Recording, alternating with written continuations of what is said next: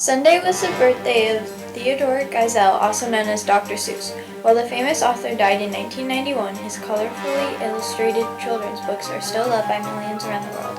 Our elementary students celebrated his birthday on Monday with a visit from Cat in the Hat, a well-known character from the book of the same name. We've got the rest of your news coming up on Patriots Today.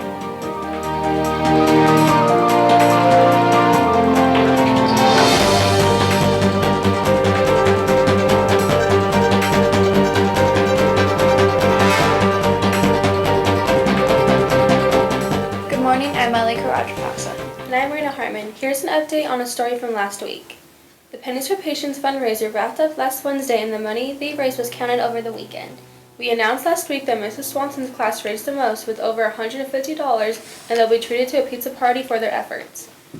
Yesterday we learned the total amount raised by all classes was $1,884.23.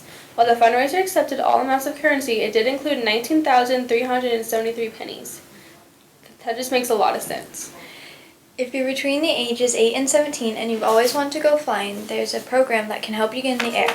The EAA Young Eagles program was launched in 1992 to give people a chance to go flying in a general aviation airplane. The flights are offered free of charge and are made possible by EAA member volunteers. If you're interested in a free Young Eagles flight, visit their website at youngeagles.org.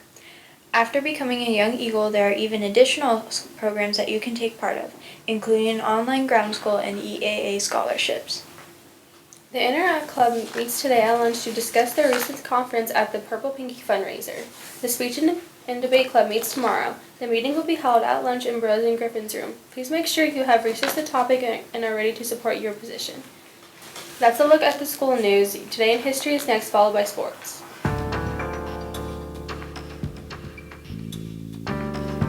In 1623, the first American temperance law was enacted.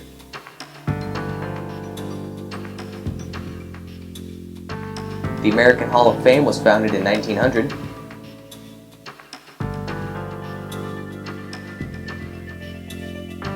In 1959, the U.S. and Iran signed an economic and military treaty.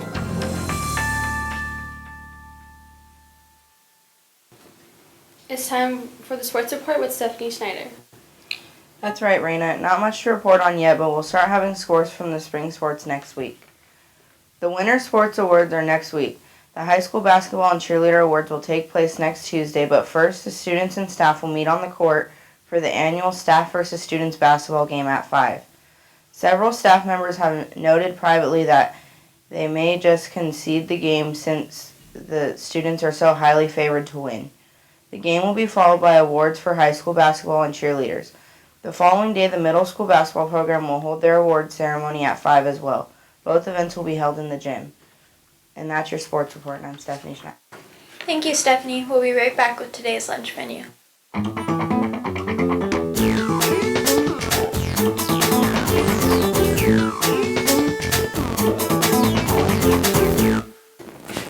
We're back with the final look at the news. The state of Arizona is bracing for the arrival of a disease that wipes out citrus crops. The citrus greening disease has already devastated crops in Florida and California and is carried by the Asian citrus psyllid. The disease-carrying insect has been discovered in Arizona by the Department of Agriculture officials who say it's only a matter of time before the disease begins to spread across Arizona's citrus crops. The insects were detected in western Arizona, specifically in Bullhead City, Lake Havasu, Parker, and Yuma. Citrus is a $37 million industry in the state. The development of Section 12 area near Old Bullhead isn't completely dead yet. A developer agreement was shot down earlier this year by the Bureau of Land Management, but the city is going back to the drawing board. The City Council held an executive session yesterday afternoon to discuss legal options and consider ideas to move forward. The next step would be another public meeting for community input sometime in April. People have been trying to unravel the mystery of the Stonehenge for centuries.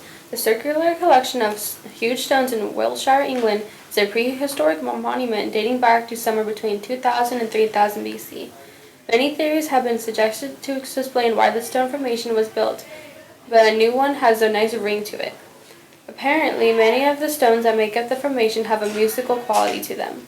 The rocks produce a metallic ringing noise when struck, and different pieces of the monument give off different tones. A team of researchers from the Royal College of Art in London believe the stones may have been erected as a large musical instrument. For what purpose, they're not quite sure. And that's today's news. Before we go, here's your word of the day.